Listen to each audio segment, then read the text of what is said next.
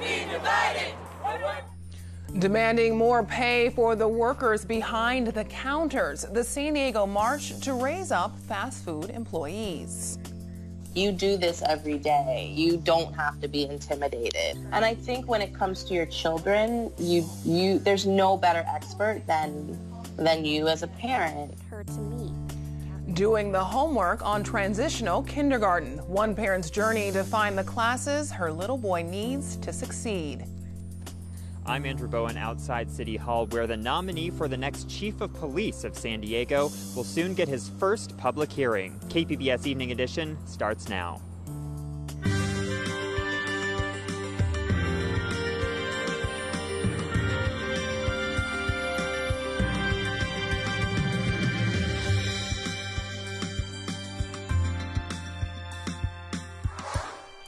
Good evening and thanks for joining us. I'm Ebony Monet. David Nislide is Mayor Kevin Faulconer's pick to replace Shelley Zimmerman as chief of police. But before he can take the job, a formal selection process must play out. That includes a public forum happening tonight at San Diego City Hall. KPBS reporter Andrew Bowen is there live with more on what we can expect tonight. Andrew, what can you tell us about David Nislide? Well, Ebony, Nislide is currently an assistant police chief in the department, so he is an internal candidate. And his nomination was announced by Mayor Kevin Faulconer a week and a half ago in a press conference. He's cycled through multiple different units in the department. Much of his work has been in the Mid-City Division. And he's a 35-year veteran of the department, so he certainly knows San Diego very well, and that undoubtedly played a role in his selection by the mayor to be the next police chief. And what else are you expecting tonight as far as the possible size of the crowd, and what might you hear from the public and council members? Well, this is the first public hearing for him, so I think we can expect a fairly sizable crowd. I'll be listening for whether Nislide has any opinions on the city's direction in terms of marijuana legalization, on how the police department should be used in dealing with the city's homeless population. Also, specific plans on how he plans to recruit and retain more police officers. The city, of course, has a chronic shortage of sworn officers, and actually fewer now than it did in 2014 when the current police chief was confirmed. I think we can also expect some questions on whether Nislide sees any need for improvement of police-community relations, and whether he has any takeaways from a recent study on racial profiling in the department, which the results, depending on who you ask, were somewhat inconclusive. Now, this is just a public hearing. The formal city council vote on whether to confirm Nislide to the police chief position will be in 2 weeks on February 26th. Back to you, Ebony. Thank you, Andrew. Dozens of people marched over the 94 freeway near Lincoln Park today in favor of workers' rights. The local demonstration is part of the National Fight for 15 movement, with today's focus on the fast food industry. KPBS reporter Matt Hoffman has more. Fast food workers and community advocates gathered at Christian Fellowship Church before taking their message to the streets. Here above the 94, protesters are making their way across the street near Kelton and Federal, blocking the road to oncoming traffic. The group marched about a mile to a nearby McDonald's, The workers united will never be divided, where they called for higher wages and union rights, catching the attention of people nearby. As soon as we were getting off the freeway, we seen them on the overpass, and I told them, pull over. You know, we got to see what was going on. Some people were upset because the group was blocking roads, but others supported the cause. At the end of the day, you have to try something. There's no way around it. If you don't march and try to create a buzz or try to create some type of distraction and let these people know that we mean business, nothing's going to happen. When I say union, you say power! Union! Power! Union! Power! Steve Collins was eating inside McDonald's when he saw the protesters approaching. We seen what was going on, and I wanted to come out and see it. And I seen it was with the food workers, and I've worked in several restaurants, so I know what it's like to struggle as a family in the food industry. Collins says he thinks rallies like this one can make a difference. Management needs to realize, how much they need these people in these positions. The local rally was part of a nationwide effort for workers' rights. San Diego police officers were there for most of the march and say there were no problems. Matt Hoffman, KPBS News. San Diego Democrat Toni Atkins is set to be the first woman to lead the California Senate. The former Assembly Speaker has successfully championed the gas tax, gender identity recognition, and a permanent source of funding for affordable housing. Recently, I sat down with her to get her thoughts on her historic new position. How does it make you feel? Well, it's a bit overwhelming emotionally, but humbling, really. But I'm excited. I'm really excited. How could I not be? The California Capitol has had a spotlight on it recently. There's been a lot of talk about sexual harassment, and recently some documentation documenting cases of allegations of sexual harassment have been released. What more can be done? What more are you prepared to do to keep this from happening? Well, a spotlight should be on the legislature, just like it's on almost every other industry, as we're finding out. This is the moment where women have finally said enough.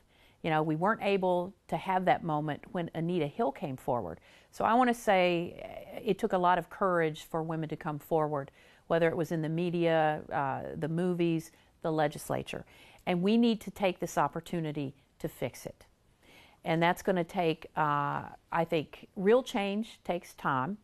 And I think we're in the middle, as all these cases come forward, we're in the middle of figuring out what our process is really going to be, that it's going to be a process that protects employees. We have a responsibility to the employees, men and women in that building, in the Capitol. And so it's going to be a focus as I take office as the pro tem. I'm going to be focused, committed, and we're going to continue to look internally and address this. We have to. And did you have any idea about the prevalence of these allegations when you led the Assembly? Well, you know, we're an employer, and if you just take it to employment law and human relations, there are always complaints. You know, if you have people working together in a close environment, there are complaints about your colleagues, your co-workers. And there were complaints. Most of them don't rise to the level of sexual harassment or hostile work environment. They're you know, people getting along. So we have had a process to deal with those complaints. A number of cases are outside, externally investigated, particularly when it deals with the elected officials. So there have always been employment complaints. The level that we're now beginning to hear about is, I think, in part because people feel like they have permission to come forward. We're hearing cases that never were reported, as well as the documents you saw of cases that were handled in both the Senate and the Assembly. So right now, a lot of people, men and women, are feeling empowered to speak about this subject. But as you and I know, sometimes there's trends, you know, hashtag Me Too, you know, may fade. Are you confident that you can establish some legislation, some change that can empower people long term to speak up? Well, I think that's what we need to be focused on. I think we can get diverted by the latest issue, case, voice, but I'm really committed to long term. If we really are to protect the legislature, the Senate, the Assembly, the institution, we have to make sure that we're focused on long term, sustainable. And a number of my colleagues, that's what they want to see happen. The Women's Caucus, male legislators. So we're focused on that. There have been a number of hearings on both sides of the Assembly and the Senate. We're focused on that. And so come back to me in a year and say, where are you? What have you done? What do you feel like you've accomplished? Hold me accountable. You know, I give a lot of credit to the media for actually making sure that this really was a spotlight so that we could be held accountable, because we haven't had that kind of support to actually make real change. That's why I say this is a once-in-a-lifetime opportunity, and we need to seize it, and we need to use it, and we need to make the change. You were a major proponent of establishing a single-payer healthcare system here in California. Right. Where do you stand on that now? I have not relaxed my passion for universal health care and a system, single-payer, to do that. The impetus for us moving forward with single-payer a year ago was really fear out of Washington that we would lose the Affordable Care Act that took so long and a lot of work to put into place under the Obama administration. The concept was universal care. And you see, some of that has been undone. How you pay for the Affordable Care Act with the independent mandate has been taken away. And so I think the fear should still be there that we could lose what we've gained in California. Having said that, it took us 6 years after the Obama administration put the Affordable Care Act in place to implement it. California was aggressive. We were first out of the gate to do that. We now are down to about a 17% uninsured rate, and we want to do better. But we have to make sure if we move forward on single payer and universal health care on our own in California that we can pay for it, that it's sustainable. I'm all about the foundation of making things work, whether it's sexual harassment, single payer implementation. We've got to make sure that it's real, has a strong foundation, and will work. The conversations are not going to stop. People really support the concept of a lower cost, universal care. And so I think we've heard from the public they want us to work on this, but we also have to make it right and get it right and be able to pay for it long term. So we're going to continue to have those conversations despite what may seem to be a bit of a roadblock. Senator Atkins, thank you so much for your time. Thank you, always. Senator Atkins says her priorities as President Pro Tem will be internally focused, such as the budget and the inner workings of the legislature. For more of our discussion, go to kpbs.org. Part of last week's deal on a long-term spending bill included a focus on reauthorizing the DACA program. Today, the U.S. Senate opened a debate on a potential bill. The Deferred Action for Childhood Arrivals program will end next month if a deal is not reached. President Trump has said any extension must include funding for a border wall and other restrictions on current immigration policy. This week, President Trump is focusing on elements of his proposed budget. The president's spending plan for 2019 totals $4.4 trillion. Today's focus was on a $1 trillion infrastructure plan that would rely on local and state funding, along with money from the private sector. President Trump's budget also calls for spending cuts to domestic programs, including public media. Low to moderate income working families could be eligible for up to $9,000 in state and federal tax credits, but many don't know about them. KPBS reporter Tara Minto says efforts are underway this tax season to get that money into the pockets of those who need it. The Earned Income Tax Credit can give more money to families making under $22,000 a year or up to $54,000 annually. But state and federal agencies say not enough people apply for it.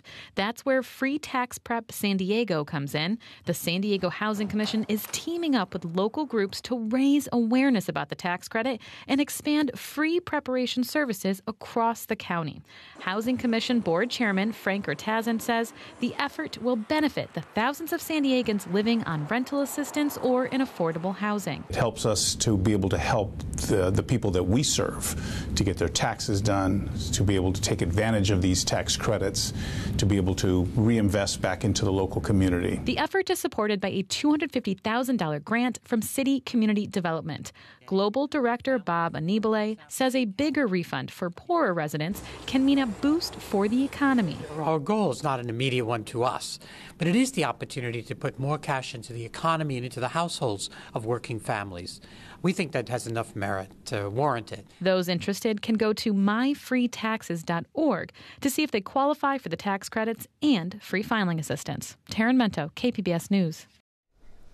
Those who were impacted by December's lilac fire may be eligible for food assistance. This week, people can apply for disaster benefits approved through the CalFresh program. Applications must be made in person this week. The county has resource centers in Oceanside and Fallbrook where people can see if they qualify. Approval will be granted on a case-by-case basis. A chance of rain will stay with us for another day as a low-pressure system moves through Southern California. Aaron Calandra has details in tonight's forecast. Well, some of you may have had to use the umbrella today. That is great news because we've been in a drought. It's been extremely dry here and also warm lately, but now we have a low pressure system that's moving through and we are seeing scattered showers. We could see a few more showers west of the mountains toward the coast, but the deserts, well, you're going to get a couple of showers as well. Taking a look at the satellite, you can see it's kind of a wetter pattern for the southwest. That is great news because everyone around here really needs this rain. So for tonight, 53 degrees, a shower or two, increasing overnight. So throughout the day, we had a few showers, kind of calming down a bit in the afternoon, and then throughout the night, it will be an uptick here in showers. Oceanside, 43 degrees, Poway 47, Ramona 40, and San Diego coming in at 53 degrees. In Mount Laguna tonight, down to 31 degrees, which means some of those showers, well, they could turn into snow flurries across the mountains here. Low pressure pushing to the south. With that, we are seeing cooler temperatures and also showers for the next couple of days, through Wednesday at least. Temperatures in Poway tomorrow, 66 degrees. That's closer to average. That's a lot better. San Diego 63, Alpine 59. It's going to be sunny in Borrego Springs, 69 degrees there for the high. Through the week, well, we are still in this dry pattern. Once these showers move out, we're going to go right back to where we have been, dry and warm, above average temperatures. Taking a look at the coastal temps, well, on Tuesday, kind of chilly, but really where we should be for this time of year. 63 degrees, mostly cloudy. On Wednesday, still some spotty showers around 63 degrees. Now Thursday through Saturday, look at that. It dries out, lots of sunshine, and we're right back up into those 70s.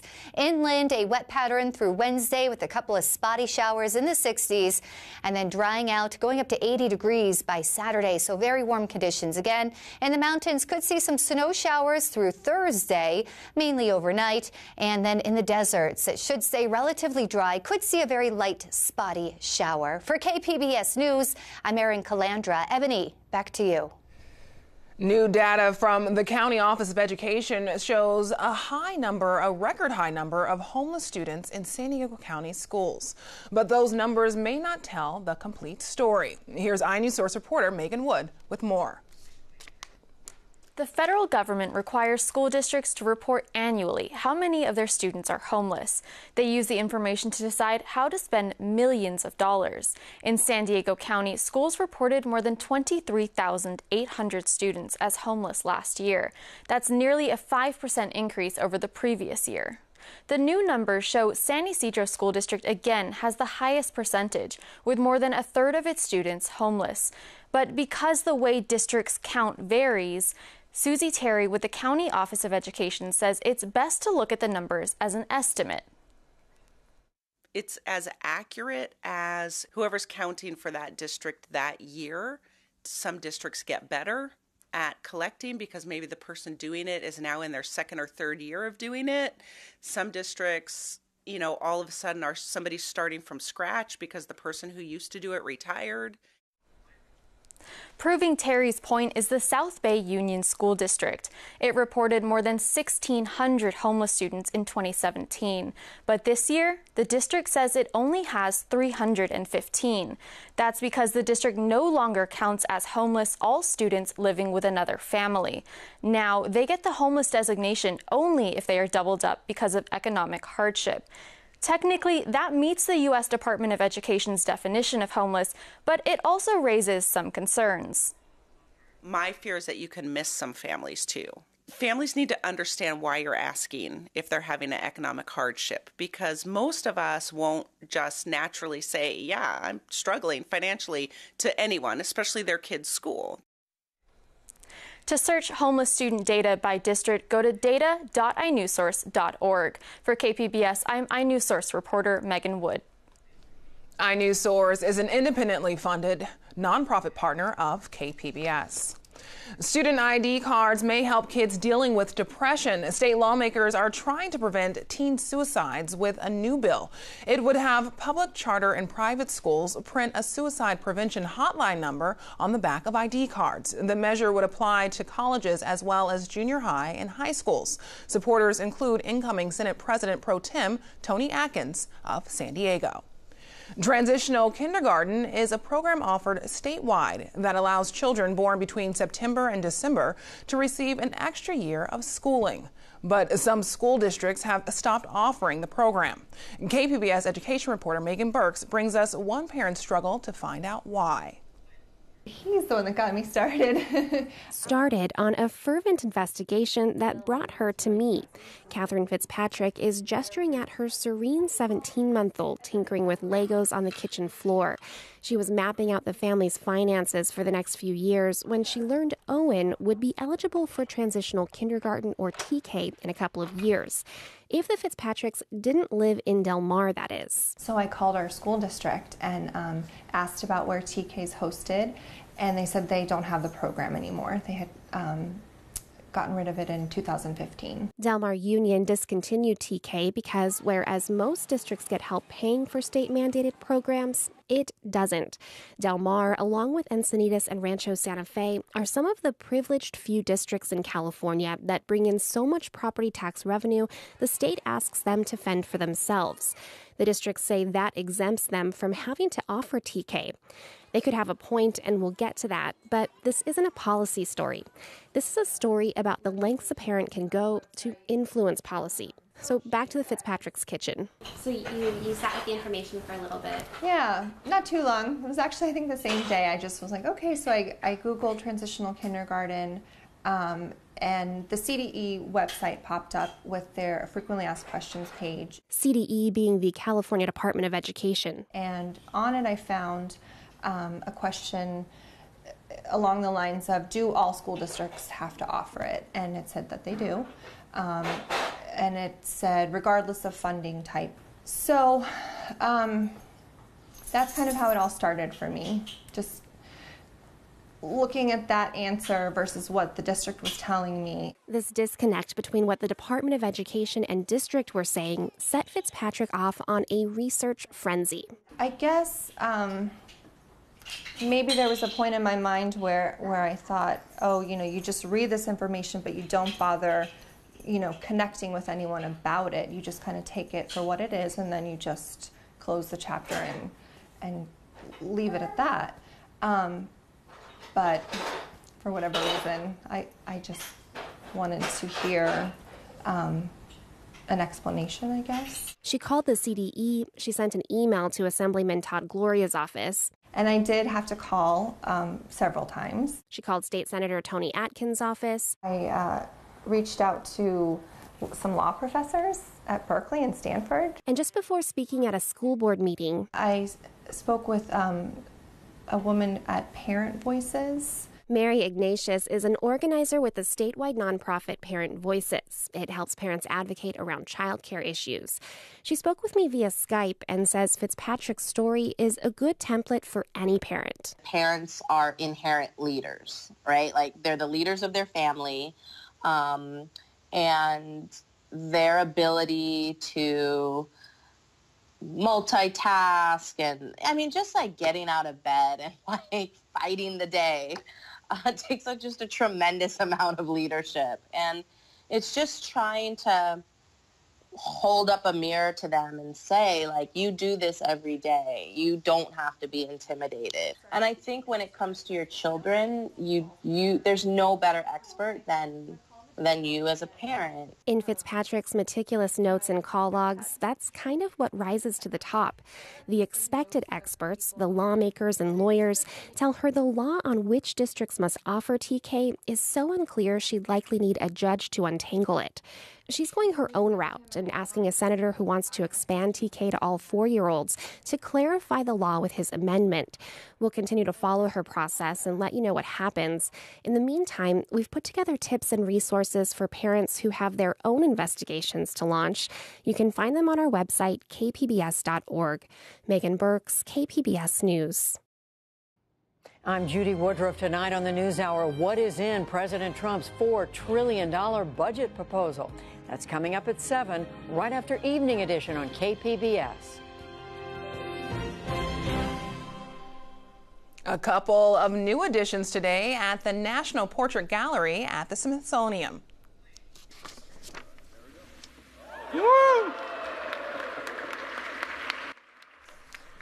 Former President Barack Obama and former First Lady Michelle Obama unveiled their official portraits. Artists Amy Sherald and Kayindi Wiley were commissioned for the special pieces. The new paintings will be on view to the public beginning tomorrow. Now here's a look at what we're working on for tomorrow in the KPBS newsroom. On Morning Edition, it could be a power player at the box office. A look at all the buzz over the new Black Panther movie. And on Midday Edition, imagine the sun giving the earth the cold shoulder. UC San Diego scientists explain how that could affect climate change. That's next time on KPBS Radio. You can find tonight's stories on our website, kpbs.org/evening edition. Thanks for joining us. Have a great night.